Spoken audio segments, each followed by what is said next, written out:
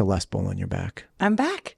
Thank you. I got to come back to the podcast. Got to come back. Thanks for having me, Matt. Yeah, absolutely. And you are the head honcho over at One Stone, Yes. One Stone School. And again, Yep. I would say your exact title, but I never get it right. Okay, It's executive director. I was going to say headmaster. Nope, it's okay. It's okay. Why is it executive director?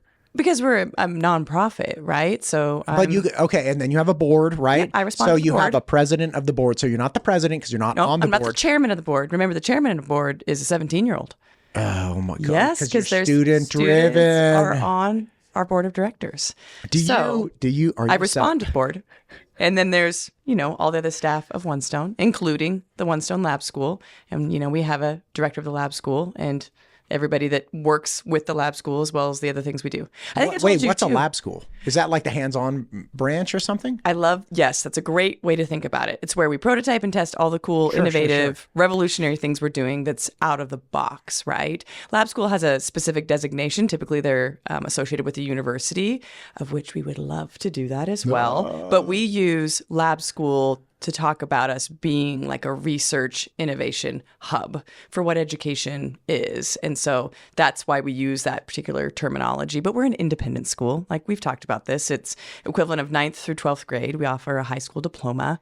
We have students that join us for 2, 3, and 4 years. But the organization also, we have a scaling arm where our competency-based framework, it's called the growth framework, is used in 9 other schools nationwide. So that's part of what we do. We also have a service arm that's called Project Good, where we go out and do good in the community. All the school students do it, but it's also open to, and other members of the community can both benefit from it, have their high schoolers join and work with Project Good, or we have these summer camps. We just wrapped those in June, where younger students come to our school.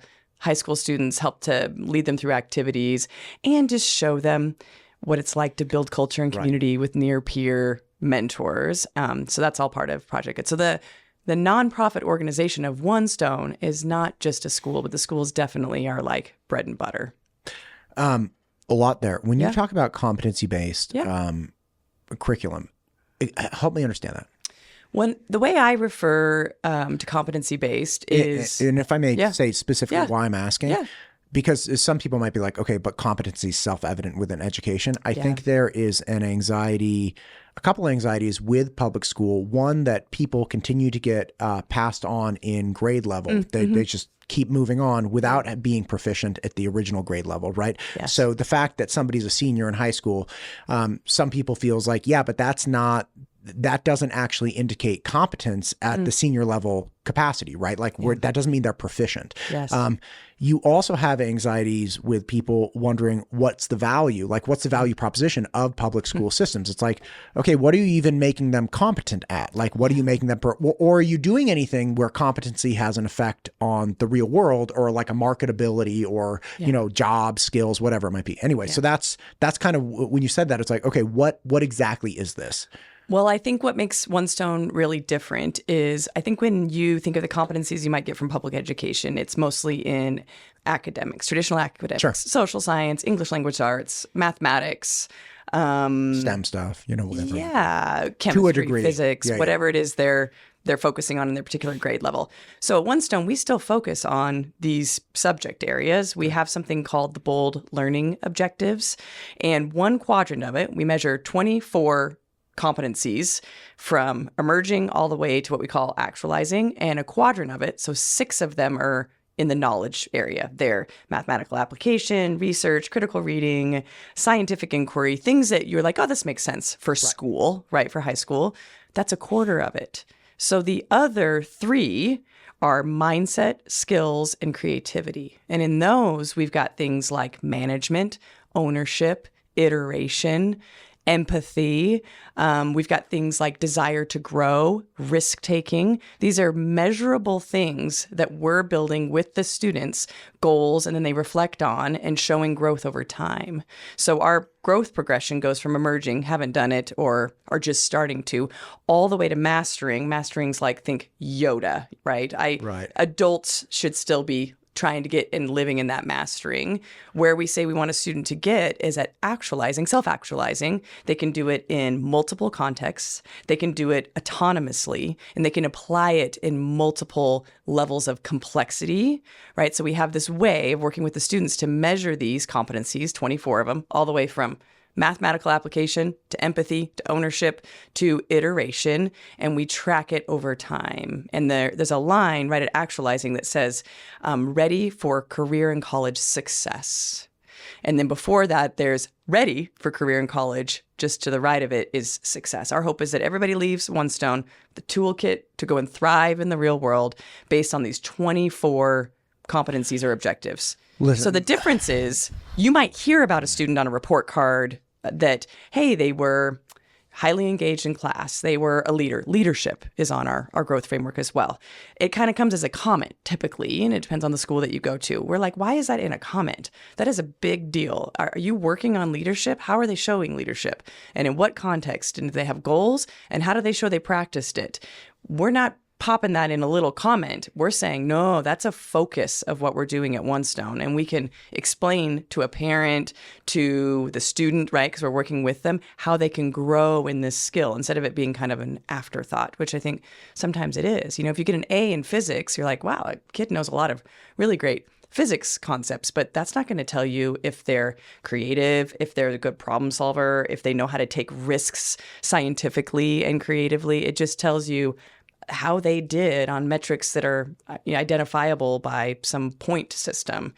We still have students doing high-level physics, cool engineering, all the things, but that's a quadrant. So 1/4 of what we're measuring over time. The other 3, like I said, are these other really important areas. You can be the best physicist in the world, but if you don't know how to approach a problem, how are you even going to, that's very antithetical to me. Like, you need to be a well-rounded person to approach complex problems, of which the world has many, from multiple angles. Yes, the skills and the content and the understanding, we believe in like this foundation of knowledge is necessary. You can't just wake up and do physics. You're going to need to learn about some of Newton's laws and, the things, right? But if you just memorize those and spit them back, you're not going to be able to go work at NASA. Right? How are you going to do that? You got to show that you even have the communication, the collaboration, and again, like those skills of problem solving so you can invest and then apply your knowledge. You need all these other things. So that's what I and One Stone really believe competency-based and the way One Stone is working with it means. A whole student. Yeah. Listen, I'm not a One Stone expert, and just like my kids don't go to One Stone. No, but it's the second time you've had me on. Yes, absolutely. Because I really enjoy talking to you about education, and education is one of those things that we all know we need. Well, let's just make the gross assumption that most people recognize. And education doesn't mean just classical education. Like, everybody knows that we need 18-year-olds with something to offer the world, or else we're just going to end up taking care of them. And like, that's not good. So you could call it training, you could call it, education, you could call it whatever you want, right? But like, we need them to know something that they can offer the world, and we all contribute, right? Yes. And I didn't know that quadrant system, and obviously I asked the question, I was ill prepared for your answer. I don't think we have enough time to like break all of these down, but one thing, which I would love to do in the future, but one thing that hits me right away is you guys talked about risk-taking and creativity. Yeah. Right? Creativity is a whole quadrant. So yeah. We have 6 objectives just in creativity, including risk-taking and iteration, ideation, curiosity. I have a friend who, a very dear friend of mine, who has a younger brother, right? Met this guy in Max, and when we were in Cal together or on the rowing team, very, very bright guy. His brother was really liked his younger brother, always still a good guy. And he just didn't have the same academic, I don't even know if it was capacity. He didn't have the same academic interest, which just led to like not the same academic performance. Like, I think his brother could have gotten, my buddy Max was going to Cal for like electrical engineering, like right out of the blocks. And he ended up changing his major, but he had that certain capacity, right?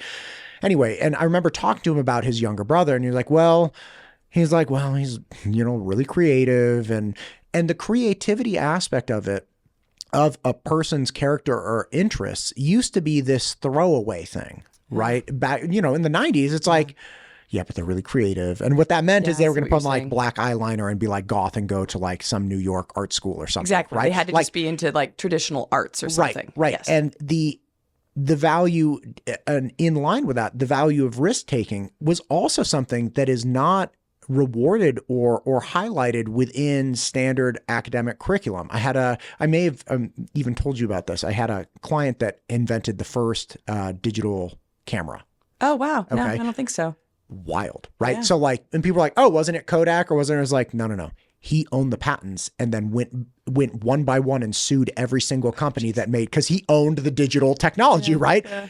And he, as a head of this company, one of the founding members, he was like, listen, I've met some bright people, some really bright people. And, he'd met Gates and all these different people. It was like, I interviewed somebody, and when I tell you she was bright, I mean, she was bright. He was like, I gave her sets of problems that were extremely difficult, and like a machine, she blew through them and delivered the correct answer.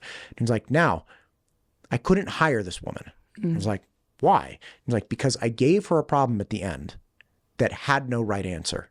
Oh, we did talk about this. And she refused to answer it. Yeah. And he was like, when you're innovating, you have to take risks because there is no direction that you need to go into. And so when you talk about, one, having creativity as a quadrant, and two, having risk taking as something that should be measured and mastered,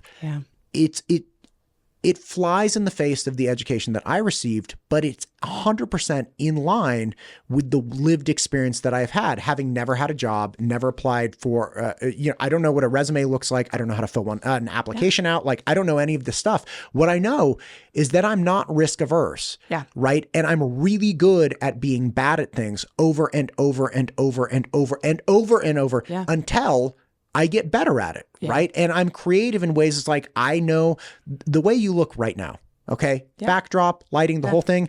You didn't look like that like 2 years ago if you were here. And I didn't know why, right? And I'm like, okay, what is going on? Like, how can I make this better, right? Like all of these different things. But highlighting that aspect of education, like, how did you guys come after that specific emphasis? What was it like? We need more non-risk averse, creative individuals that are going to be able to interact with the world in a way that just classic education is not providing. Well, I think in a lot of the ways that we even landed at One Stone, right? We've got these really, these values that a lot of other education organizations and especially schools might not name. Student driven is one of them. We mentioned the board. We did this with students. And I think I said last time I came on, when we really surveyed and dug deep with students at the time, so this is like 2015, school opened in 2016, they wanted it to be school, something they cared about that was around their passions, and they wanted it to be real world. So when you dig into the real world and we say, okay, let's look around right now. What does the industry of the world need? And all sorts of different careers, whether it's medicine or science, they need problem solvers, and they need people that can work together. And we were at the same time talking to students as we were talking to people around in Idaho that we knew that owned creative agencies, to those that, work and are head engineers at Micron. And they're telling us, what I really need is people that can be innovative, people that can think outside the box, people that can get outside the box and then come back to it if they tried and they failed. We talked about fail forward on the previous podcast. So it was in conversation with the students saying, we want to be ready for the real world, that we're like, well, in the real world, you need to be able to take risks, especially in the ever-changing world that we have now. This, it's even exponentially faster even than it was, 10 years ago. So we got there by thinking about relevancy, like us even as adults, what's relevant and has brought us success in our lives. I mean, you just told the story of all the things you've done to build the podcast and the other things. I'm sure it pertains to other parts of your life as well, being a dad, everywhere. Whatever, you know? So we just stripped away that there was some framework that we had to fit into. And we said, there is no framework. The goal is to be ready for the real world and to be relevant to those real world needs, and at the same time work with the student, this individualized nature of what do they care about and how do we help them feel whole by pursuing what they care about as well as being purpose driven. So it was very organic. And there was a team, our founders, the Poppins, were absolutely part and parcel to it, especially Teresa Poppin. And then I came on after the first year of the school. At that time, the head of the school was Chad Carlson. He was really deep in understanding what is relevant competency-based education. So Teresa, Chad, myself, the team at the time, a few of us are still there after all this time, put together these objectives based on what we heard from the students and we knew was happening around us, even our experience growing up. I mean, I can reflect on what I missed out on. I loved my education. I went to Taft Elementary, Hillside Junior High, and Boise High. I am Boise through and through. I left, though, and I went to college. I went to Whitman, which was great. First person on either side of my family to go to college. But I got to college and I was like, okay, I thought this was the goal. I didn't quite think about the next goal. I knew that I was supposed to go to college, and I'm proud of myself of getting here. Sure. But now what do I do, right? I could have really used somebody sitting down and talking to me about like, okay, well, what are you going to college for? And then what is it that you really love to do? And how do you hone those skills? I would have probably taken literally more risks in high school to try different things out. I mean, I bumper card my way to where I am now, and I love what I'm doing. But I don't know that I really flexed my skills of risk taking and digging into what I cared about until after high school. I was too busy just thinking, I better get that good grade because I better get some serious scholarships and financial aid to be able to go to college. I mean, I was singularly focused, which is not a bad thing, but I think that it really did put me in a position of you got to go down the straight line. Like Yes.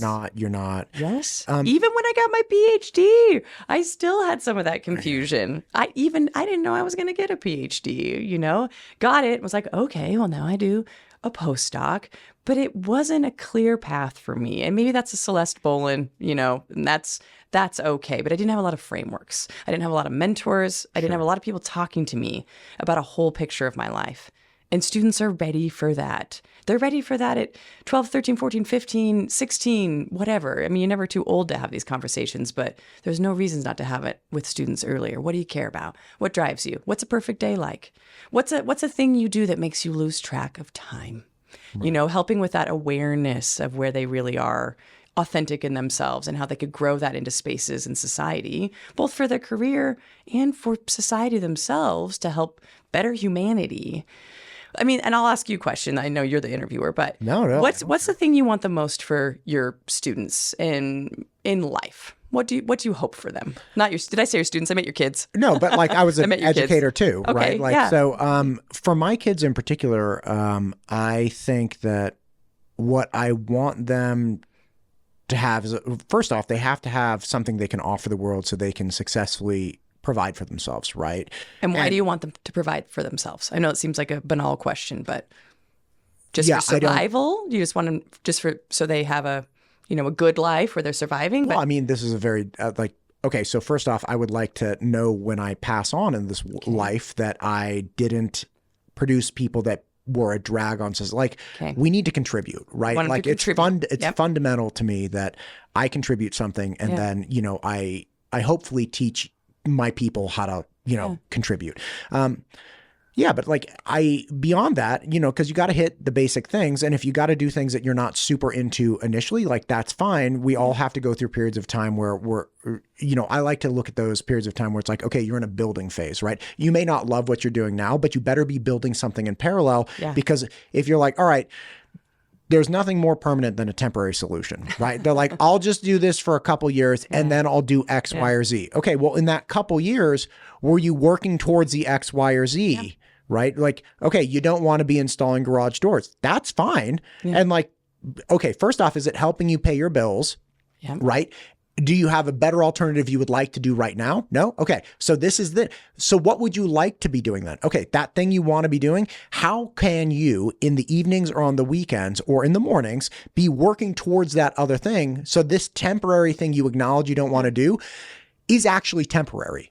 Yeah. Right. So whatever it might be, but ultimately have them engaged in something. The Holy Grail, I think, if they could, is I have enjoyed a life that is so unique in that to your point, I lose track of time.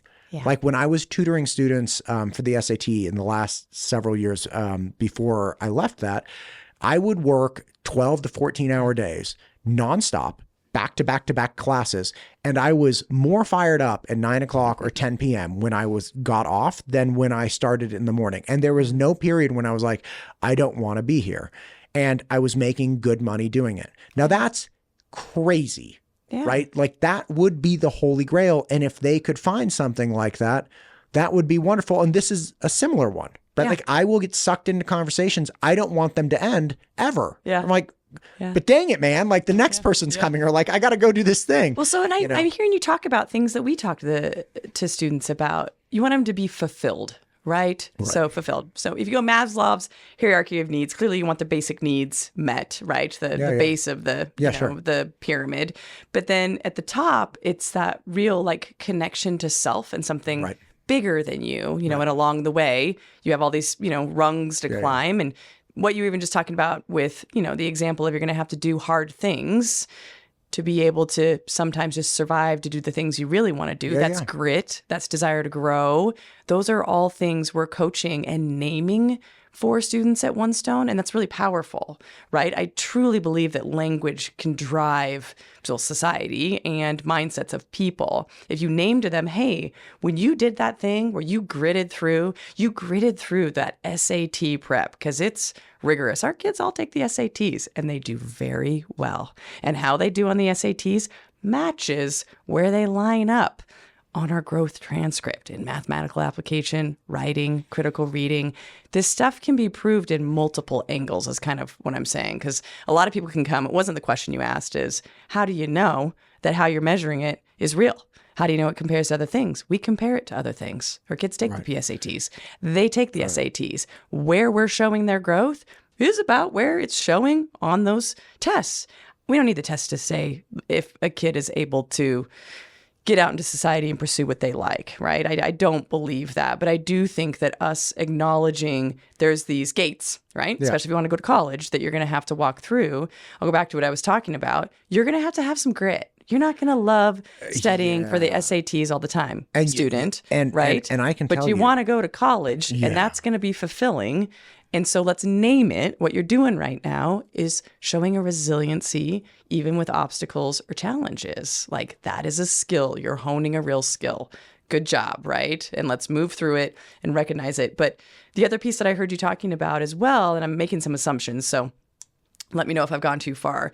A lot of the parents that come to One Stone, when we say, what are you looking at for your student? They say that I want them to be confident. I don't want them to be happy, right? So that's knowing who they are, giving back to society, having the ability to take care of themselves and others, and feeling like they are a whole person, right? Not just a cog in some wheel that they don't even know is on a bus going to wherever, right? They have like a purpose. What's hard is that can be really intimidating for 14, 15, 16, 17-year-old. If we say, what drives you? Right? I think I can articulate it right now. I'm 45 years old, almost 46, but 16-year-old Celeste, it probably would have given me a pit in my stomach.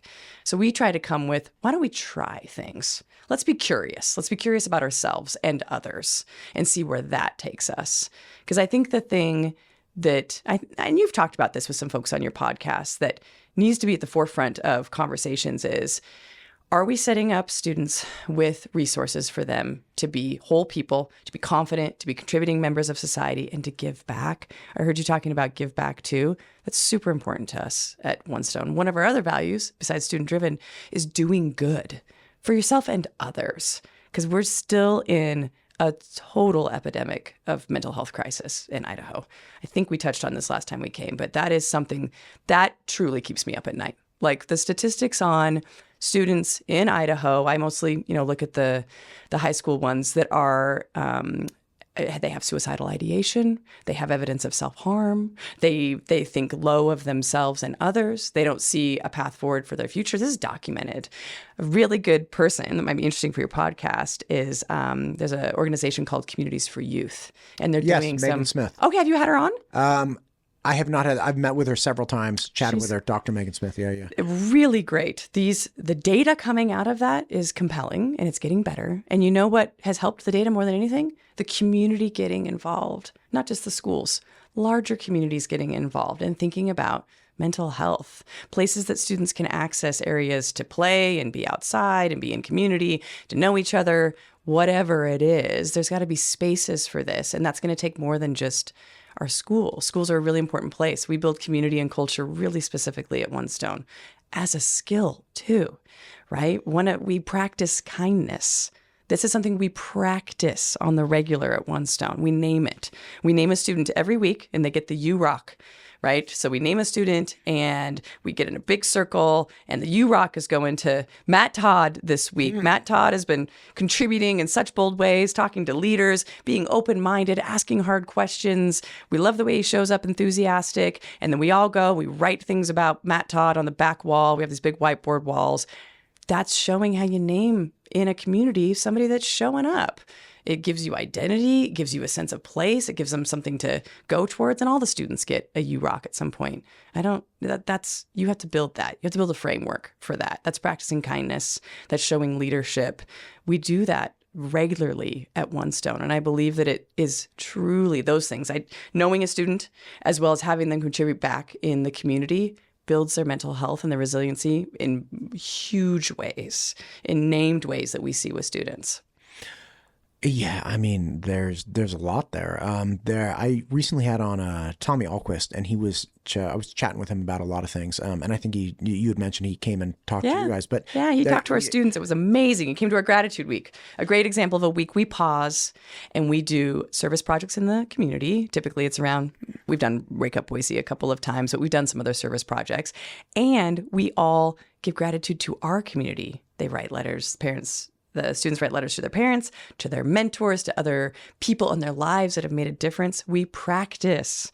And he came and gave a talk during one of our gratitude weeks about what drives him. He's a really compelling individual that you could have heard a pin drop in a room full of 15 to 18-year-olds, which is hard. He did a great job. Yeah, he's great. And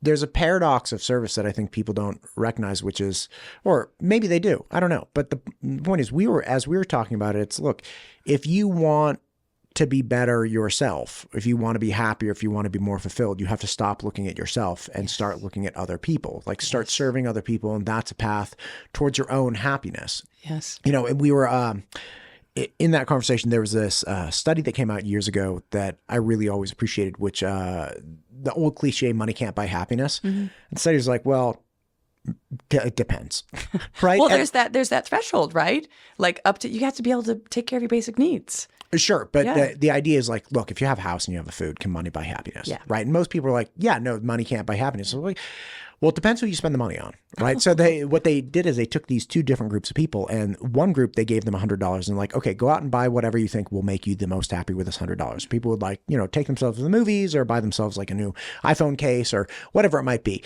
And then they gauged the happiness, delta at the end of the day. They're like, yeah, you're not happier. And in fact, like some people were less happy because they had expectations of happiness that then were not met. So they were let down. Like they had the possibility of being like, wow, that's a bummer. Like I really thought the iPhone case would have been better. Right. Yeah. Another group they gave them $100. They're like, spend this on other people. So you could go to the store and buy food for somebody. You could like pay for the groceries. You could, buy a shirt, take somebody out to a movie or like whatever it is. But spend the money on someone else. Yeah. And those people grew in happiness because they had provided something kind and beneficial to other people. And that made them happier. And so it's like, okay, can money buy you happiness? Well, probably not if you spend it on yourself. Yeah. Right. So if your attention is just a mechanism to derive change in the world, right? Like money is, your attention, your focus. Can your attention and your effort in the world make you happy? Yeah. But if you just sit around focusing on yourself all day long, you're probably not going to be happy. Yeah. And I think we all know this empirically because we know the people that are most self-interested, that are most self-focused, that are most self-centered, they do not appear to be happy people. No. Yeah. Right? Well, I think that that's also a piece that really drives me at One Stone. I get up every morning and I am excited to do what I do, to work with young people and to work with an organization that focuses on, in my mind, the things that we really need to thrive as both a local community and as a society. And the kids don't get a choice at One Stone. The students don't get a choice. They all engage in doing good in small and big ways. They do it in group projects where they decide, where do you want to give back? What's something that breaks your heart? We're going to dive into it, and we're going to spend anywhere from 6 months to a year, right? They've got some choice in it, but they don't have a choice to not do it. And it has to have a human recipient. So we've had some really successful projects, or I'm working with Catch, where we've got students, I think I talked about this when I came on before, that'll go in and they'll work with a family that's getting rehoused, and they'll work with the kids and say, what do you want your perfect bedroom to look like, right? And we'll have a small budget, and we will decorate these kids' room with whatever they're into. They're into Marvel, they're into Lord of the Rings. I don't know, I'm dating myself. They're into whatever they're into, right? And we'll like customize it for that kid. That little bit of extra money is probably not going to be a part of, clearly, what the family that's just recently being rehoused can afford. But it's like that extra touch, but they get to know those kids and they truly see them. They go there, decorate their rooms, and are there when the kid moves in. It's beautiful. It lights them up. They talk about these projects. We did a project 2 years ago where there was a family that had a kid with cerebral palsy, and he wanted to have some of his like physical therapy swings that he uses at physical therapy in his backyard, so he could do some of the really cool movement that brings a lot of just comfort as well as just progression in engagement with his body and his family and the whole thing, right? It all makes sense. So met the family. We were actually featured on Seven's Heroes, so you can watch a little movie about it, or not a little movie, I guess a little clip. And the kids spent all year knowing this family, knowing this kid. They went with this kid to his physical therapy to understand him better, really dove in. What kind of a swing set thing? Okay, your siblings also want to play at the same time. And they built this beautiful backyard whole like swing set with swings for the older kids, and then different sorts of platforms and things for this kid. And it was life-changing. When they went and actually installed it, there wasn't like a dry eye in that backyard. Like the kids at One Stone still talk about it. It was a small act of kindness. You know, it's one family. It's not like they went and changed forever, everybody having access to physical therapy that needs it in their backyard. But they knew that family and knew what a difference it made, and it changed them. It fundamentally changed them. They all showed up at 7 a.m. on a Saturday to install this swing. They worked on this for a year. Like, it's not like right away they're going to say, yep, I want to do that. I know that's going to bring me joy. We have to help them with opportunities, with letting them understand the recipients, to feel on the other end, whoa, that blast of fulfillment. And I did something that's longstanding, that is outside of me, that's greater than me. There's plenty of evidence, like you already just named, that it increases our both resiliency and our overall happiness, our confidence, our happiness, our ability to wake up and do hard things, knowing that it's doing greater good in the world. I think teens need that more than ever, because there's so many ways for them to isolate. You know, we were chatting briefly before about there's a lot of isolation behind screens, you know, and that isolation was really made very clear when most kids were on screens around 2020, 2021. We haven't come out of that yet. And there can be this false narrative that, oh, this is my community. I am fulfilled. This is where I'm finding friends and things. Yeah, I'm not saying that doesn't happen, but boy, is it different to look a human in the eyes, you know, and to really have that human connection. And it's got to be coached. It's got to be something that we're working with students on. They're just not going to know this a priori. They're not just going to know it reflexively if they've not had the opportunity to see it in practice. You know, if their families don't volunteer, which is okay, I get it. People are busy, or maybe their family doesn't have a community. They don't go to church, or they don't engage in sports or whatever it is.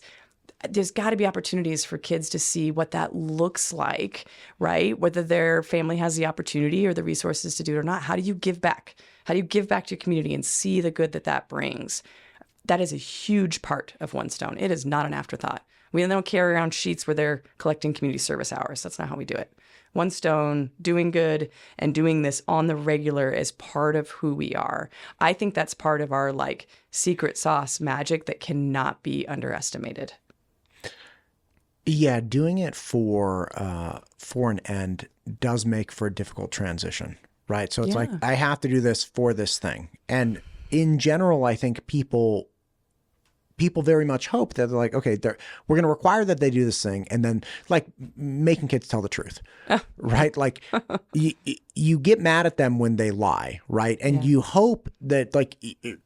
I was actually telling one of the things I would tell my students is like, look, you guys engage in like telling the truth 1.0, like honesty 1.0. Yeah. It's honesty 1.0 derived from an anxiety of the repercussions, right? Of getting caught. Because like you may not really care about being honest, but you know, if you get caught in a lie with your parents, there's going to be a consequence, and that's bad. And so it's a very like stick and carrot kind of behavior.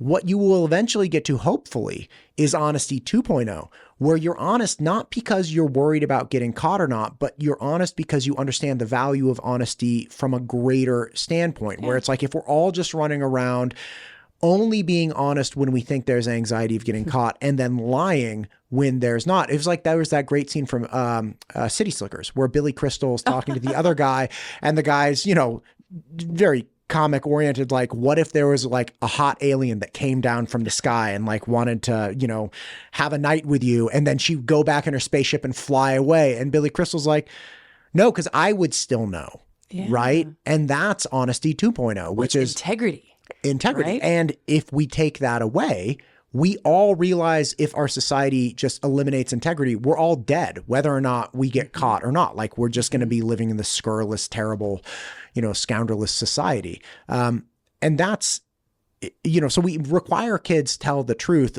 you know, or else. And we hope that they pick up that value set, right? Where it's like, okay, this is really valuable for other reasons. I think it's the same thing with service. A lot of times we require, you know, like I took my son to the not Boise Rescue Mission, but the food bank, and we like sorted apples for hours, right? And he went and he did this community service, and you know, he was there all of a sudden, like he's running around laughing with people, having a good time, sorting apples, you know, not as efficiently as he could, but you know, sorting apples. And it's like, okay, good. Like this is the thing, right? Like this is, you enjoy this. Even the exposure to know a food bank exists, that's a win. You know, we've gone and done a lot of volunteering, and we've done some stuff with the Salvation Army. We've done some stuff with the food bank. We've done stuff with Interfaith, a slew of organizations, right? And so I remember one time we were helping to, I think it was at the Salvation Army, families can come in and kind of shop for their Christmas gifts, and then they also can get like a turkey or something like that. And so we had a group come in that was just helping organize all the things, right? Organize the toys, and families were going to come through and whatever. And were they the absolute best, you know, workers of the day? Maybe not, but they were there. They were friendly. What usually was the problem was like, okay, you just spent an hour with that family, and we've got like 7 more families. Right. We got to get them through here. You know, we got to go a little bit faster. But they knew that family. They talked to that family that was coming through and that was super grateful to have some help with their Christmas gifts for their kids and the food. That makes a mark. They talked to a family that was living perhaps in different economic means than what they understood. That human connection is fundamental. You know, empathy is a big piece of what we really engage with the students, for them understanding the why. Why would you ever help someone? Right. Well, let's learn the skill of empathy and figure out what it might be like for that family. If you were that family, what would be helpful for you? Somebody friendly, somebody learning about your kids, somebody not making you feel stigmatized when you knew you were coming to get some help, you know, with Christmas. All those little bits are making huge changes, whether or not they're the best apple sorter or getting families through the line quicker. It's not the thing. It's the humans that are affected by the act of service or the kindness or the connection, right? That folks might not have known even existed. That's where I see the students' eyes light up. It starts with like, whoa, I had no idea. We do Good Days in the spring. I love this tradition, and we have different themes. And this year's theme was families with children that have medical needs or medically fragile families. So kids that maybe were in the NICU, kids with cardiovascular issues, kids that had childhood cancer. So we did a bunch of work for the NICU. We built these cool little lily pads that little kids they sit on a the pole that the IV goes on, the little wooden pads that they sit on, they can kind of roll them around. And so they painted those. We made blankets for the NICU. And then we had a family come in that was kind of our main family we were focusing on, that had a kid that had sustained 3 heart attacks before the age of 16. And one of them was a heart attack with a stroke. And he actually came in with his family to talk too. It was unbelievable to feel the students leaning in with his family and hearing their stories and being like, what? And the project we did for them was to help them, again, with another yard cleanup and help them with a bunch of things they needed around the house to make it a little bit better for their other kids.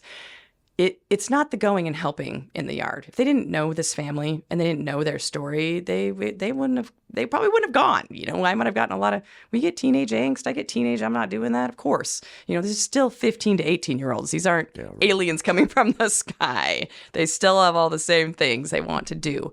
But when they hear about people's other lived experiences and recognize how different it is from their own, they're like, oh, I care about this person. That made an effect on me. I want to help. And then they're engaged. Then they're doing whatever needs to be done. We had big old, backhoes and all sorts of things in that backyard. They were working really hard that day. Those opportunities are just fundamental, I think, to us all understanding that not everybody lives their lives the same way. And we do have an imperative. We have an imperative to know each other and to help each other out, to listen deeply and then to figure out what does really break your heart and dive into that. But that you're not going to know that right away. If you've never practiced it, you wouldn't know. I think those opportunities are key to building well-rounded people that then can do all the things. They can do the iteration, the risk-taking, all of it, but they also understand the value of doing good. I don't think it's I don't think people look at community service as imperative or community connection, right? And I think one of the issues is, we wouldn't have gotten here as a species if there wasn't a positive feedback loop around helping, our fellow man. Yeah. Right. That's just the way, if there was an aversion to that, we would, there's a reason we're overweight as a country, right? Because sugar and fat and fried stuff tastes good. Yeah. Right. So we then go tend to the thing that tastes good and feels good for us. Well, it's the same thing with helping. If there wasn't something inherently beneficial or pleasurable with helping other people, we would have never made it because life is too hard, right? And especially, I know we're in a very blessed time right now, which is a problem because we need each other less. And as we need each other less, we serve each other less. So we have less assistance and we have that more limited feedback loop, which is a problem. Systemically, that's a problem. Yes. But I think people need to come back to that, which is, listen, there's a reason we're here. And we're here because we had each other to rely on. Yeah. And if you just get tastes of that, you're going to like the way it tastes, most likely. And not just, I don't think there's anything wrong with saying I really enjoy volunteering, right? And these two things, a lot of people think are mutually exclusive. It's no, you're not volunteering if you're, getting something out of it, or you're not giving. If it's there's there's a virtue of selfishness. We have right? altruism as one of our competencies. That can be a real conversation starter, right? Because the definition of an altruism means, there's lots of definitions, but the more traditional one is you're doing something for someone else without any personal gain, right? And there's a deep philosophical question there, because I just spent however many minutes talking about how there's a huge gain. There's a gain, and you did too, of your own feeling of self-worth, of your own increase in feelings of engagement and connection to society. Literally, you release oxytocin and feel-good chemicals by going and helping others. This has been measured. So true altruism can be hard. And I get into this debate with the kids all the time. They're like, yeah, but is it really, are you really just doing it totally selflessly?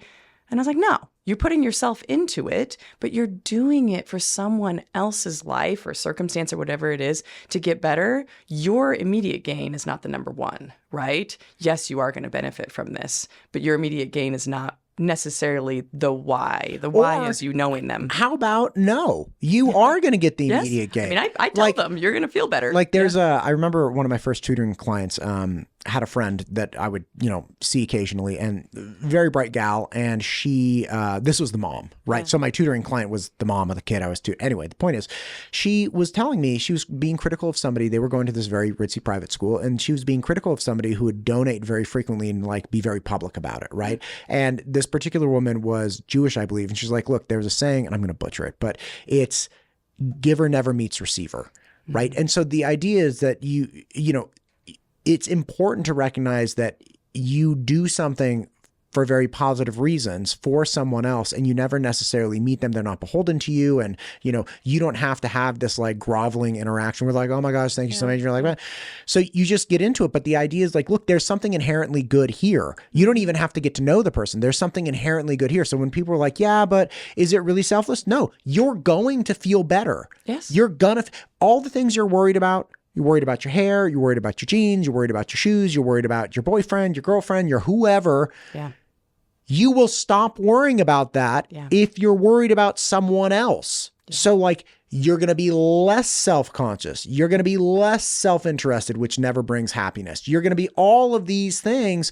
So no, volunteering is not selfless. Volunteering is very much selfish in that you're going to be happier. Yeah.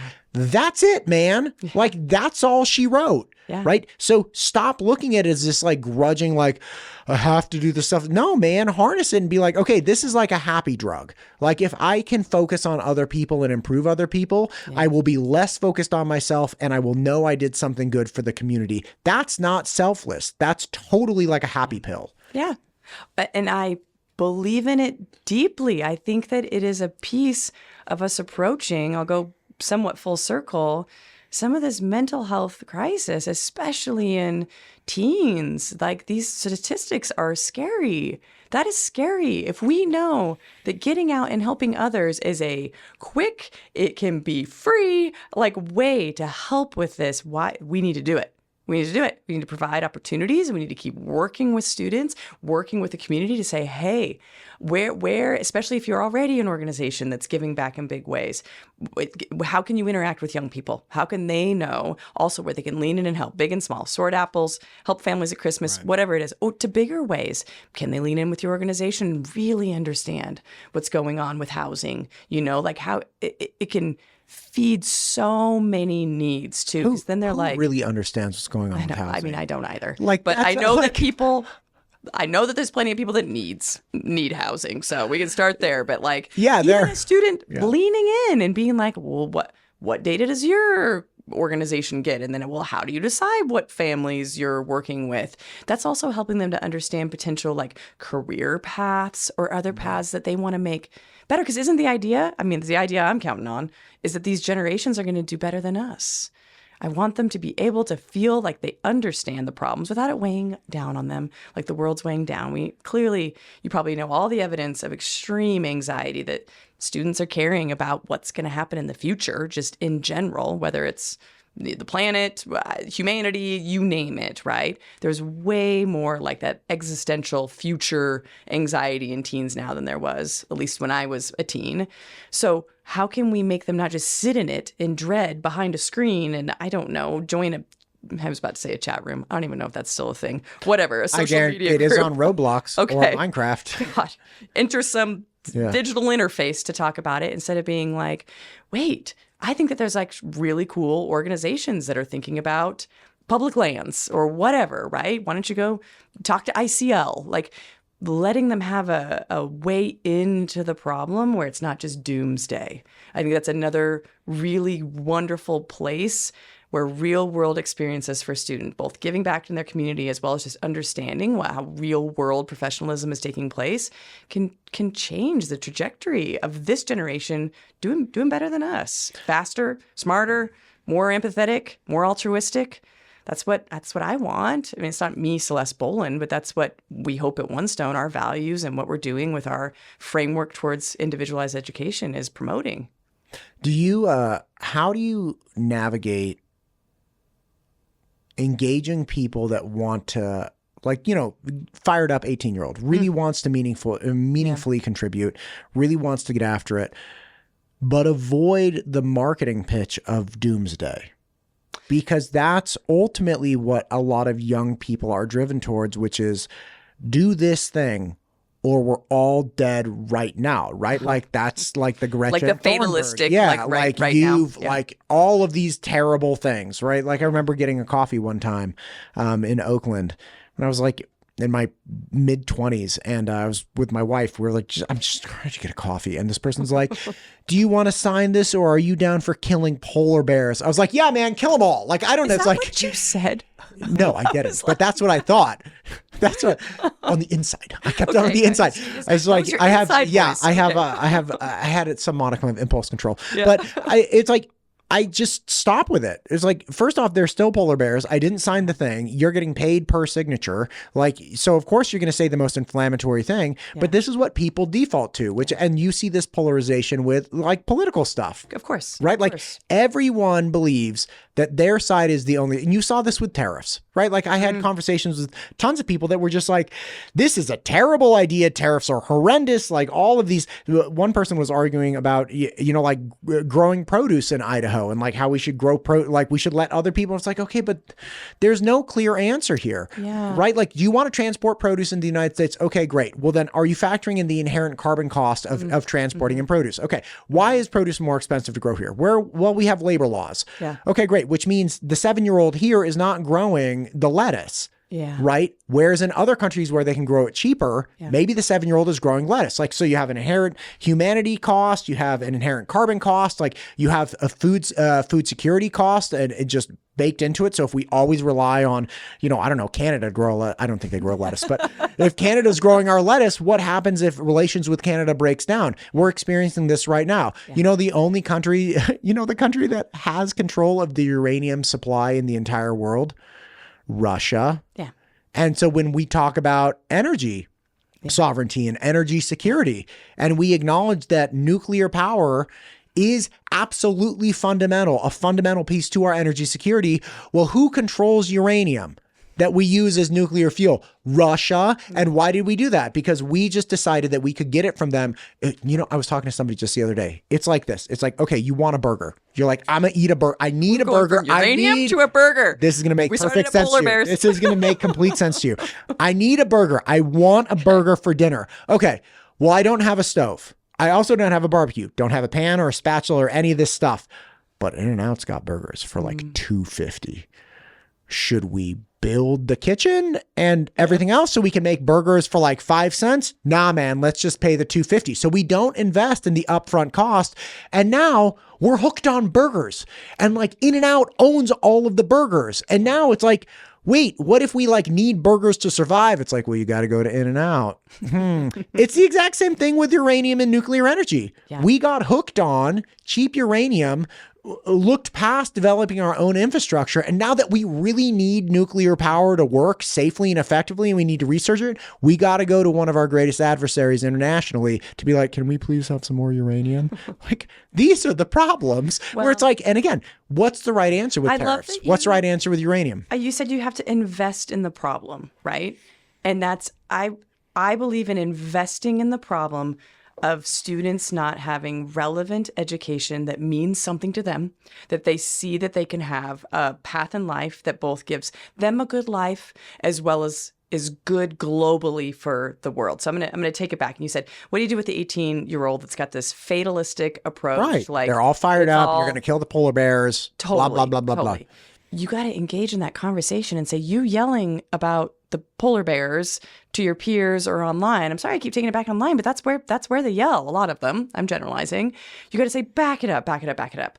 Where has this come from? And who are people? Who are wildlife biologists that actually are looking at polar bears or are looking at the ice caps? Let's go one level deeper, or even let's think about how this affects some local or closer. Let's look at Glacier National Park, right? If you're really caring about... There aren't polar bears. No, I know. Okay. That there's... Come on, dude. There's glaciers there, okay? No polar bears. I'm trying to So follow me with this. Take it from this like fatalistic polar bears are dying to me being like, okay, 18-year-old Matt Todd, let's talk about places in our own backyard that you can visit or understand, right? And see, how do people manage water? How do people manage power? How do people manage wildlife? How do we even know how many grizzly bears are in some of our contiguous forests, right? Try to bring it back to something they can really engage in, bite size. We had a really impassioned student, I think she graduates next year, that was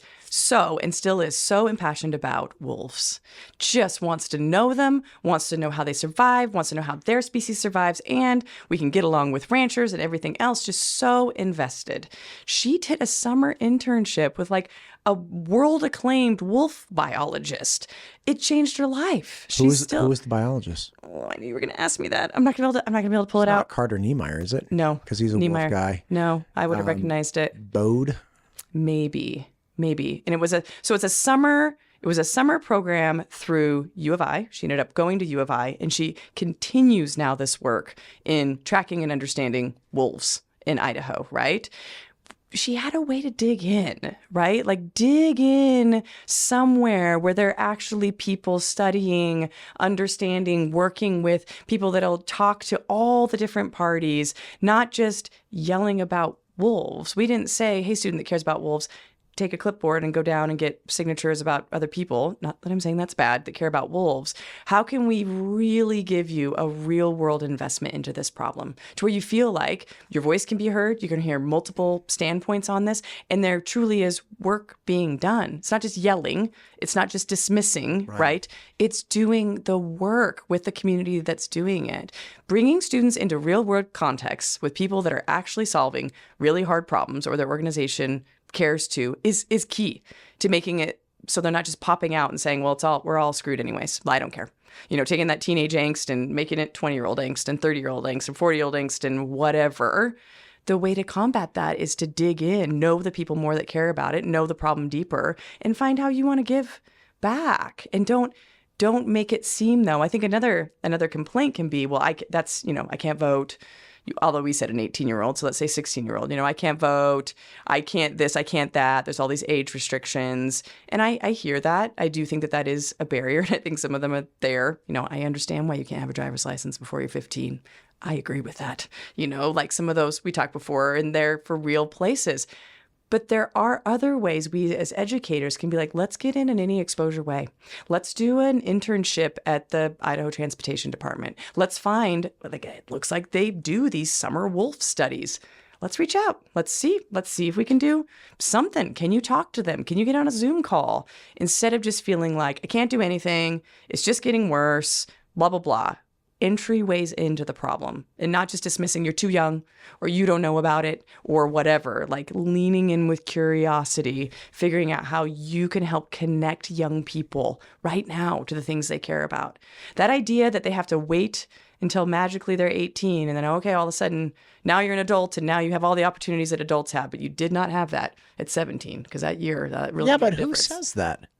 Oh, they do. What do you mean? It says what? That you got to wait the public school system has I think it's a fast forward program. So like starting in 7th grade, you get something like, it's like $4,500 or something. I can't remember the exact value, but they're like, look, starting 7th grade, use this money to do some kind of education or program like outside of and we'll even fund it, right? So people have, who's saying everybody has to wait till 18? Well, I think there's barriers. I mean, how many, we talked about this before, how many 16-year-olds do you know of that have had professional internships, paid would be even the best, at a company in a career that they were curious? You're asking the wrong person. I've never worked for a company. So I'm like, no, we had an intern. I don't have an intern. I was going to say, how many interns have you had, Matt? Zero. First off, nobody's asked. Second, there was this gal, I went to a media career day at BSU. They invited me. I was like, oh my gosh, thank you. Yeah.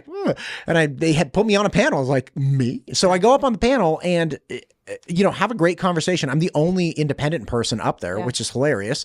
Anyways, this gal comes up afterwards and is like, hey, I'd really love to come check out your spot. I was like, yeah, absolutely. That's awesome. Shoot me an email. No problem. She shoots me an email and we start setting something up. I'm like, wait a minute. I can't have some 22-year-old chick in my studio by myself. Because then I start getting anxious because I don't have like a PR department or an HR department or like, and they're like, would I install a camera in here? Like, then I start getting weird because I don't know how any of this was like, I'm never, ever alone with like a person aside from like, a guest, but we're recording everything here. Yes, So exactly. I get anxious, Well, so did she come and visit? No, nobody's coming in here. Matt. So I think this is what people tell themselves, because I go in this volley back and forth. Oh, no Celeste, minors. nobody's ever accusing you of anything. No. I'm the dude, like... Yes, I want to keep it that way. Yeah, so do I. And I do that through abstinence. Yes. Well, I think that's part of... Well, I think I said this last time. I think that's part of something that we need to rework. I think that there should be a civic imperative where major companies have job shadow, call it a job shadow. And Micron does this really well. They had groups of students come out twice last year, both to work on sort of their like career-centered, not necessarily engineering track. They have multiple jobs at Micron, and then they had one that was more high-level, their engineering track, working on the microchips. And they specifically had a program reaching out to high schoolers. We've got this day. You can come, sign up, bring an educator, come on in, come see what it smells like to work here, Those should be a part of what we do. There's a great PAGE program at the Capitol. Celeste, if you would like to bring 2 students into this room, because it's not very big, if you would like to bring 2 students on that are interested in podcasting, I would love to have you. Okay, you but all heard it. You have to be there. I'll be there. You have to be there. I love spending time with the students. And that can be a piece of it, putting that in places to be like, we get it. So put it out there that you need to bring an educator with you. That's how it was with these incredible. They were great. These great Micron days, bring the students out. It's got to be more ubiquitous, right? There's got to be more opportunities. Like, I love that the funding is there to go and experience these things. It's finding the thing. It's like, okay, great. Well, now we have money, but then I go to wherever. I go to the Matt Todd podcasting studio and he goes, no, I'm too worried about the X, Y, and Z. But we just figured it out. He said, you come with them. You have to come with them. Bring 2. I wish that I'll show you all my editing. Great. I wish that more people would find ways to invite young people into their world, their professional world, their community, whatever it is. It will fundamentally make a difference. And it's too hard. One's done this as well. We have great social capital. We have lots of people that we work with in human-centered design and service projects. But we've built this up over, going on 10 years. I can't imagine a teacher at a public school with so many students. And I totally get it. Like, it's overwhelming. Their days are full. There's got to be more programmatic help there, right? So when the student goes down to the counselor's office and goes to a big school and says, I'm really interested in engineering, like being like, oh yeah, we've got, I know there's Micron days, and I know that you can go out here, and I know Idaho Transportation Department has this. Like, I think that we need to engage in that to be something that's not just happening from the schools reaching out. There should be an imperative of the industries being like, we need this. We need to know that we've got a pipeline of folks that care about what we care about and that have the skills that we need to come and do this. There's got to be a bridge there. I feel like the gap between generations and the gap between digital natives and non-digital natives is just getting wider and wider. And there's got to be ways to bring those closer together. Celeste, I appreciate you. As always, such an interesting conversation. We've been going for an hour. I know it's screensaver turned on. So I'm just like, it's been recording. Yep. Is there anything you'd like to say here at the end? Just to thank you. Like I said before, thanks for having me on. Thanks for having these conversations. And I also I think I've said it all. Like, I truly believe that this generation and the younger generation's hearts are fundamentally in the right place. But I think them being removed, whether that's behind a screen or just with other barriers in society, to really trying out and testing and understanding some real world problems or real world ways they can help, needs to be addressed in bigger ways. And I think that that is a piece of education. That is education. That's educating a whole person, a whole student.